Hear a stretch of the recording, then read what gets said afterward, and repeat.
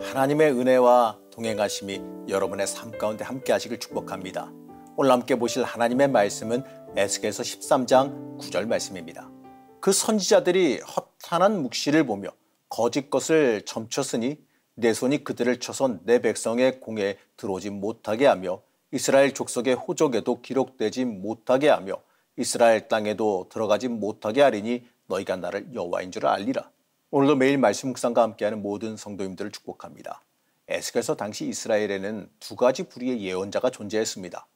이스라엘에는 전통적인 직업 예언자가 있었습니다.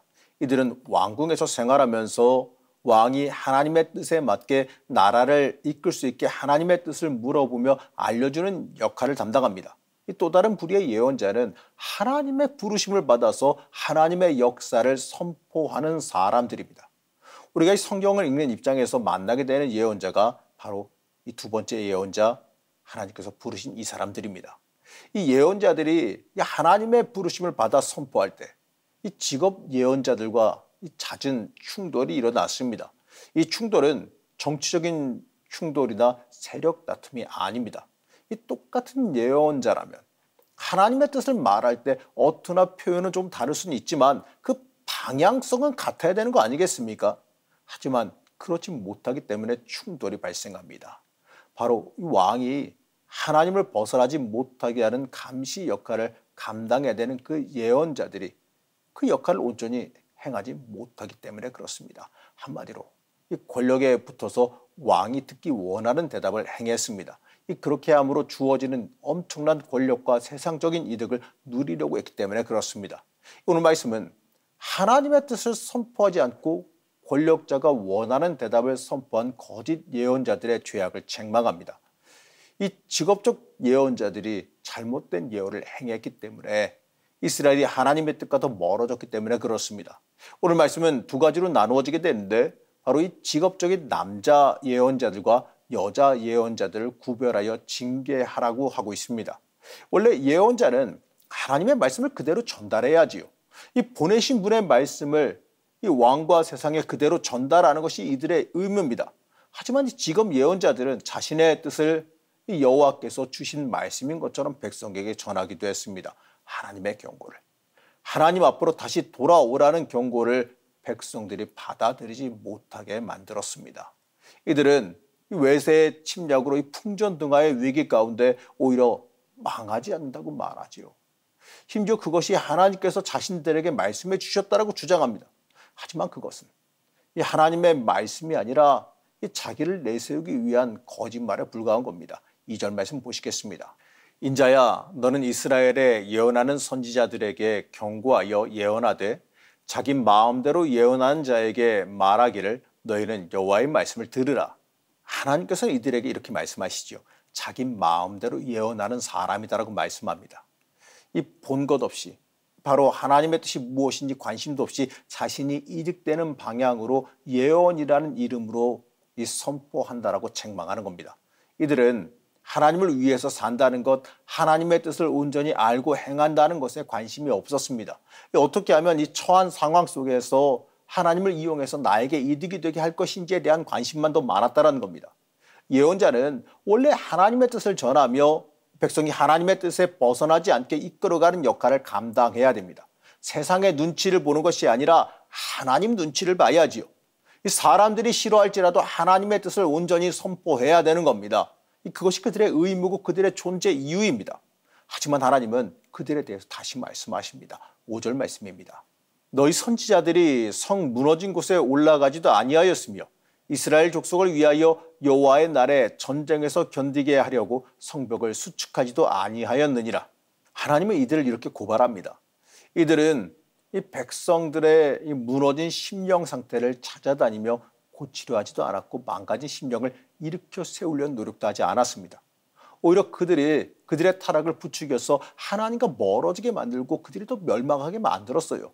방금 읽은 말씀에서 말하는 성벽은 위급한 상황에서 백성을 보호하는 장벽입니다. 그러다 보니까 건축자는 벽을 제대로 건축해야죠.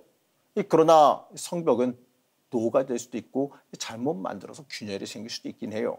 그러면 그것을 찾아내서 때에 맞게 고치고 보수해야죠. 그래야 성벽이 위기의 날에 자기 역할을 잘 감당할 수 있기 때문에 그렇습니다. 그러한 역할을 감당해야 되는 것이 예언자입니다. 백성의 영적 타락, 무너진 곳을 지적하면서 고쳐야 하는데 이들은 오히려 구멍이나 균열을 눈에 띄지 않게 회치를 하고 있다는 거예요. 겉보기에 문제없어 보여도 그 문제없어 보이도록 위장하는 것밖에 안 된다는 얘기죠. 위기에 처해 있음을 알지 못하도록 평화가 없는데도 평화롭다고 거짓 예언을 하고 있다는 겁니다. 하나님께서는 이러한 사람들의 그 회칠한 벽을 허무시고 이 땅바닥에 쓰러지기까지 바닥에 드러나게 만드세요. 이들에 대해서 이렇게 말씀하십니다. 9절 말씀입니다. 그 선지자들이 허탄한 묵시를 보며 거짓 것을 점쳤으니 내 손이 그들을 쳐서 내 백성의 공에 들어오지 못하게 하며 이스라엘 족속의 호족에도 기록되지 못하게 하며 이스라엘 땅에도 들어가지 못하게 하리니 너희가 나를 여호와인 줄 알리라. 하나님의 백성에 대한 영향력을 잃어버리게 하고 하나님의 백성의 신분에서 제외하겠다라고 말씀합니다. 심지어 이 선민으로서의 그 영원한 기업도 박탈해버리겠다라고 말씀하십니다. 하나님께서는 하나님의 뜻을 왜곡하고 하나님과 멀어지려는 사람들을 저주하십니다.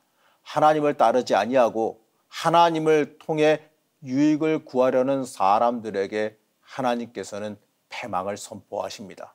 여러분, 우리의 인생도 똑같아요. 우리가 하나님의 뜻을 따라 살아가야 됩니다. 어떻게 하면 하나님의 뜻을 바르게 따라 살아갈지를 항상 생각해야 돼요. 오늘 이 징계의 말씀을 듣는 이 직업적 예언자들이 우리와 상관없는 사람들이라 생각해서는 안 됩니다. 하나님의 뜻을 따라 변화하려 하지 않고 내 유익을 위해 하나님의 권능을 이용하려 들었다면 내 인생도 그 사람들과 별로 다르지가 않아요. 하나님께서 원하시는 삶은 하나님 중심의 삶입니다. 하나님께서 이끄시는 대로 순종하며 따라가는 삶이에요. 모든 것의 중심이 하나님이 돼야 됩니다. 내 삶의 이유와 목적이 하나님의 영광을 위한 삶이 되어져야 됩니다. 모든 간구의 제목이 하나님의 영광을 위함이어야지만 합니다. 내 삶의 소망이 하나님의 유익이 되기를 소망해야 합니다. 절대로 내 소원과 욕망의 해결을 위해서 하나님의 이름을 팔아먹는 직업적 예언자들의 삶과 우리가 똑같아서는 안 될 겁니다.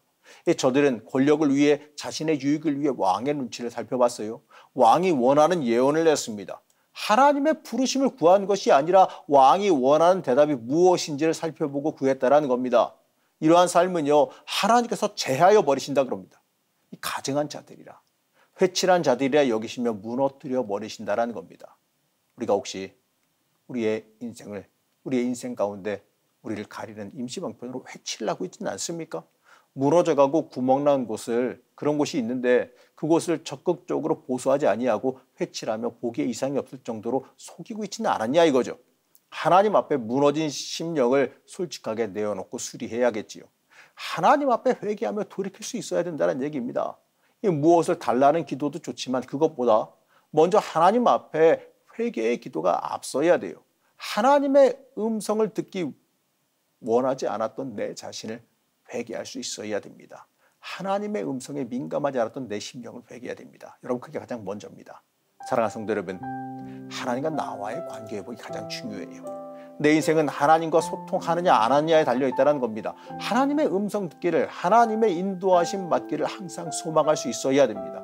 하나님 앞에서 내 뜻을 관철시키려 하지 마시기 바랍니다. 내 뜻보다 하나님의 인도하심이 더 좋아요.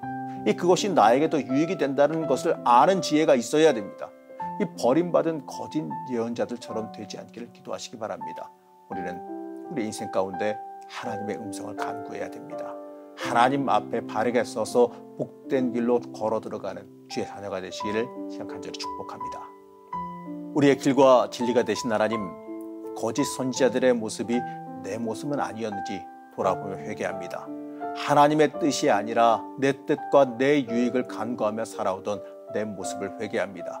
하나님의 음성 듣기를 원합니다. 하나님의 인도하심을 따르기를 원합니다. 우리 붙잡아 주시고 인도하여 주셔서 하나님 따라 살아가는 주의 자녀가 되게 허락하여 주시옵소서.